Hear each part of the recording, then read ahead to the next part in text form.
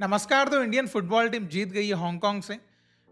जो भी मैच था उसको फ्रेंडली आप कहेंगे या एशियन कप क्वालिफायर का मैच कहेंगे, वो तो मैं आपके ऊपर ही छोड़ता हूँ कि आप उसको किस ओहदे का या किस ऑरा का मैच डिसाइड करना चाहते हैं। अब आपको मैं आपसे पहले एक सवाल पूछना चाहूँगा कि आपको खुशी किस बात की है? इंडियन फुटबॉल टीम जीत गई उस बात की, या फिर रियान विलियम्स ने जो इंडियन ओरिजिन प्लेयर सब चाह रहे थे कि हमारी इंडियन फुटबॉल टीम के लिए खेले और स्कोर करें, तो उन्होंने करके दिखा दिया। तो दो चीजें हुई इस मैच में। आपको किस बात की खुशी ज्यादा है? मेरी मैं अगर पर्सनल आपको बताऊं तो Ryan Williams scored for India, वो मुझे ज्यादा एक बेहतर बात लगी। बिकॉज इंडियन फुटबॉल टीम के परफॉर्मेंस की बात करूं तो देखो, अब ब्रॉडर पिक्चर देखेंगे तो आपको समझ में आएगा कि ये कितनी खुशी की बात है या ये फ्लैट चीज़ है और उस पर ज़्यादा इसको ओवर हाइप कर रहे हैं हम। क्योंकि इंडियन फुटबॉल में अक्सर चीज़ें ओवर हाइप हो जाती है। मैंने भी कई बार ओवर हाइप चीज़ें करी है। कई प्लेयर्स की बात मैं करता हूँ कि इन्होंने ऐसा किया वैसा किया, लेकिन जैसे कोई अच्छा ओपोनेंट आता है, कोई अच्छा स्टेज आता है, वो प्लेयर जो है एकदम जीरो निकलते हैं और पता चलता है कि हमने फालतू ही नेपाल और भूटान के अगेंस्ट उनको ओवर हाइप कर दिया था। ऐसा अक्सर हुआ है, जो कि मैंने बंद कर दिया है। बिकॉज इससे एक मतलब कि एक फेक ड्रीम्स हम देखने लग जाते हैं। इस वजह से मैंने वो चीज़ बंद कर दी है, जो कि स्लाइटली यहाँ से भी निकल के आ रही है इस जीत से। बिकॉज देखिए, मैं आपको थोड़ा सा ब्रॉडर लेके जाऊंगा। दो चीज़ों के ऊपर मैं डिस्कस करना चाहूँगा इस वीडियो में, जिससे आपको थोड़ा सा रियलिटी में आपको रहने की एक आदत जो है वो डलेगी। वरना क्या होता है, आप आसमान में चले जाते हैं। वो मैं बिल्कुल भी नहीं चाहूँगा, क्योंकि मैं भी वहाँ नहीं रहता हूँ, मैं ज़मीन पे रहता हूँ। तो सबसे पहली बात मैं आपको दिखाना चाहूँगा, हमारे ग्रुप पे आप देखिए थोड़ा सा, तो आपको दिखेगा इंडिया लास्ट, और जिस टीम को हमने हराया वो तो सेकंड नंबर पे है ग्रुप में। तो हमने क्या हराया, क्या उखाड़ा हमने? मतलब अगर हम ग्रुप में तो हम लास्ट ही है, तो ये फर्स्ट विन हमारा था एशियन कप क्वालिफायर का, जो हमको लास्ट मैच में मिल रहा है। तो एक पॉजिटिव मैं बोलूँगा कि 2026 का फर्स्ट मैच हमने विन किया, ये पॉजिटिव है। इसके अलावा अगर आप बोलेंगे रियान विलियम्स ने स्कोर कर दिया, ये सेकंड पॉजिटिव है। बस इससे ज़्यादा मैं क्या निकालूँ? और क्योंकि जैसे ही मैं इस जीत के बाद जैसे इस ग्रुप पे आता हूँ तो मेरी पूरी धज्जियाँ उड़ जाती है। अब इसको मैं थोड़ा सा और ब्रॉडर आपको दिखाता हूँ। ये है 2027 एशियन कप क्वालिफायर का ग्रुप, जिसमें इंडिया है लास्ट और हांगकांग है सेकंड। करेक्ट। अब आप इससे थोड़ा सा एक स्टेप पीछे जाइए, 2023 एशियन कप क्वालिफायर पे आप जाइए, तब आपको दिखेगा इंडिया है टॉप, एशियन कप क्वालिफाई करती है, हांगकांग है सेकंड। और हांगकांग को हमने जो हराया यहाँ पर 4-0, कैन यू बिलीव इट? और अभी आप इस ग्रुप को देखिए, कैन यू बिलीव इट? करेंगे आप विश्वास? नहीं कर पाएंगे। तो यहाँ पर क्या हम देख पा रहे हैं? Who is going better, who is going in a right direction, कौन जा रहा है? ये आपको सीधे सीधे दिखेगा। ये आपके लिए एक रियलिटी चेक है। अब मैं आपको जो दूसरी बात मैं करना चाह रहा था, मैं दूसरी बात करना चाहूँगा। देखो, मैच की बात तो मैं उतना डिस्कस कभी करता भी नहीं हूँ, मैं तो चीज़ों की बात करता हूँ, जो ओपिनियंस है। तो दूसरी बात मैं कहना चाहूँगा, हम फिर से एक बार इंडियन फुटबॉल फैंस को और इंडियन फुटबॉल टीम को एक डिपेंडेंसी की ओर तो नहीं लेके जा रहे। ये एक सवाल है आपसे, आप सोचिए इस बारे में थोड़ा। क्योंकि देखिए, जब तक छेत्री थे तो छेत्री ही स्कोर कर रहे थे और छेत्री ही अपने कंधों पर इंडियन फुटबॉल टीम को लेकर चल रहे थे, और उन्हीं के भरोसे जो फेडरेशन है वो मलीदा पेल रही थी। अब जो है वो जैसे निकले, हमने एक हमारा एक डाउनफॉल भी देखा, और उसके बाद हमने ये देखा कि रियान विलियम्स जैसे ही आए, हमने एक बहुत अच्छा विन देखा कि हमने जीता गेम। और अच्छी बात यह है कि इस मैच की कि हमने एक अटैकिंग फुटबॉल खेला, जो कि हमको पहले से खेलना चाहिए था, लेकिन हमने इस मैच में खेला। मतलब एक टिपिकल खालिद जामिल फुटबॉल हमने इस मैच में नहीं देखा, बिकॉज हम उतना डिफेंसिव नहीं खेले, हमने अटैक्स क्रिएट किए, जो कि एक अच्छी बात थी। जो कि कहीं ना कहीं रियान विलियम्स के आने से भी मुझे लगता है कि उस चीज़ को हमने अडॉप्ट करने की कोशिश की कि हमको अटैकिंग खेलना चाहिए। हमारे पास एक स्कोरर आ चुका है और उसने स्कोर भी कर दिया, जो कि ज़्यादा अच्छी बात रही। लेकिन क्या हम फिर से एक डिपेंडेंसी की ओर जा रहे हैं, जो कि रियान विलियम्स के ऊपर, उनके कंधों पर जाते हुए दिख रही है मुझे तो? क्योंकि अब देखिए, ये एक टेम्परेरी सॉल्यूशंस के ऊपर ही हम काम करते हैं। पहले एक टेम्परेरी सॉल्यूशन था छेत्री, छेत्री आगे हैं, गोल मार देंगे, इंडिया टीम का भला हो जाएगा। आप सारे रिजल्ट निकाल के देख लो, जहाँ जहाँ पे हमने कुछ बेटर किया वहाँ पे छेत्री का आपको नाम दिखेगा एज ए स्कोरर।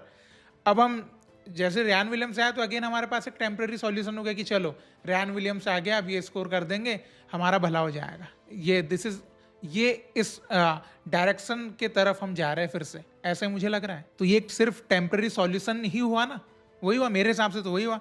आप मे भी हो सकता है मुझसे ज़्यादा आप फुटबॉल की समझ रखते होंगे ऑब्वियसली, तो आप उसके ऊपर एक अपना टेक यहाँ पर दे सकते हैं।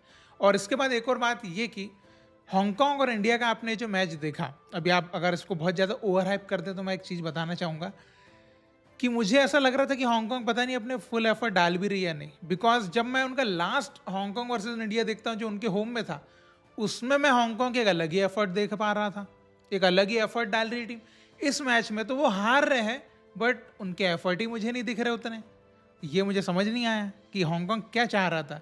क्या उन्होंने पहले से सरेंडर करके रखा था कि जो होगा देखा जाएगा? क्योंकि अगर कोई जीत मिलती है जिसमें ओपोनेंट को दुखी न मिले तो क्या जीत है? ये इसी टाइप की जीत थी कि ओपोनेंट दुखी नहीं है, ओपोनेंट का सिर लटका हुआ होना चाहिए, एक हताशा होनी चाहिए कि यार हार गए, पर वो तो था ही नहीं। बिकॉज इस मैच की वैल्यू ही नहीं थी, ये एक यूजलेस मैच था, बस मैच था, इसके अलावा कुछ नहीं था। इसलिए मैं तो इसको बहुत ज़्यादा नहीं, मैं बस यहाँ से रैन विलियम्स को पॉजिटिव लिया मैंने कि ठीक है भाई, हमारा एक बंदा जिसने पासपोर्ट गिव अप करके यहाँ आया, उसने अपनी एनर्जी दिखाई, गोल स्कोर किया। बिकॉज वो जो गोल स्कोर उन्होंने किया भी है ना, आपको भले ईजी लग रहा हो, आप सेम जगह पे रहीम अली को खड़ा कर दो, वो मुझे नहीं लग रहा कि वो गोल हो सकता था। ठीक है, इसलिए अब देखिए, ये तो इंडिया नेशनल टीम की बात हो गई और उसका जो हमने टेम्प्रेरी सॉल्यूशन फिर से ढूंढ लिया है, जो कि एएफएफ का आगे कुछ सालों तक धंधा चला देगा और जो भी उनका काम बन जाएगा और इस तरीके से फैंस को मामू भी बना पाएंगे, तो उनके लिए तो ठीक है। लेकिन अब अगर हम थोड़ा सा रियलिटी को, एक और मैं आपको रियलिटी दिखाना चाहूँगा, दूसरी तरफ हम इंडिया अंडर 23 ताजिकिस्तान से हार गई है। अब यहाँ पर आपको मैं बताना चाहूँगा कि ताजिकिस्तान और ये जो एक ट्राई नेशन सीरीज़ थी, इसमें ताजिकिस्तान, भूटान और इंडिया थी। इसमें पहला मैच हम दोनों ही टीम्स का, मतलब ताजिकिस्तान और इंडिया का, होता है भूटान से। ताजिकिस्तान भूटान को केवल 1-0 से बीट करती हुई जैसे तैसे, मतलब कि समहाउ 1-0 से विन किया। हम उसी भूटान को विन करते 5-0 से। Can you believe it? But जब फाइनल गेम होता है तो ताजिकिस्तान हमको 1-0 से बीट करती, इवन वो 2-0 से बीट करने वाली थी, बट वो 1-0 से करा क्योंकि उनके एक प्लेयर ने ओपन गोल मिस कर दिया। अब इसमें देखिए, मैं ऑलवेज जो भी यूथ टीम होती है अंडर 23 लेवल तक, मैं तो एक लर्निंग ही समझता हूँ कि लर्न है भाई, विन नहीं तो कोई दिक्कत नहीं है। विन हमको चाहिए सीनियर लेवल पे, क्योंकि वहाँ से बड़ा इम्पैक्ट आता है। लेकिन यहाँ पर जो आपको गहरी सोच की जो बात है ना, उसके ऊपर मैं आपको लेके जाने वाला हूँ। जो गहरी बात क्या है यहाँ पर, हम जो है ताजिकिस्तान के अगेंस्ट, ऐसा नहीं कि हम अभी हार रहे हैं, हम ताजिकिस्तान के अगेंस्ट, मैं आपको थोड़ा सा पास में लेके जाऊंगा। 2019 से हम ताजिकिस्तान के अगेंस्ट जीत नहीं पा रहे हैं। हमने 2019 खेला, हम हारे। हमने 2025 खेला, हम हारे। हमने 2026 खेला, हम हारे। हम ताजिकिस्तान को बार बार खेलने के बाद भी बीट नहीं कर पा रहे हैं, हम उसे हार ही रहे हैं। सबसे बड़ा कंसर्न यहाँ पे ये है कि ताजिकिस्तान, हम तो उनको रीड कर पा रहे हैं, उनके गेम को हम समझ के आ रहे हैं कि लास्ट टाइम उन्होंने कैसा खेला था, अब वो कैसा खेल सकते हैं। सब कुछ करने के बाद भी हम उनको नहीं हरा पा रहे हैं। ये है सबसे बड़ा कंसर्न कि what they are doing for their football.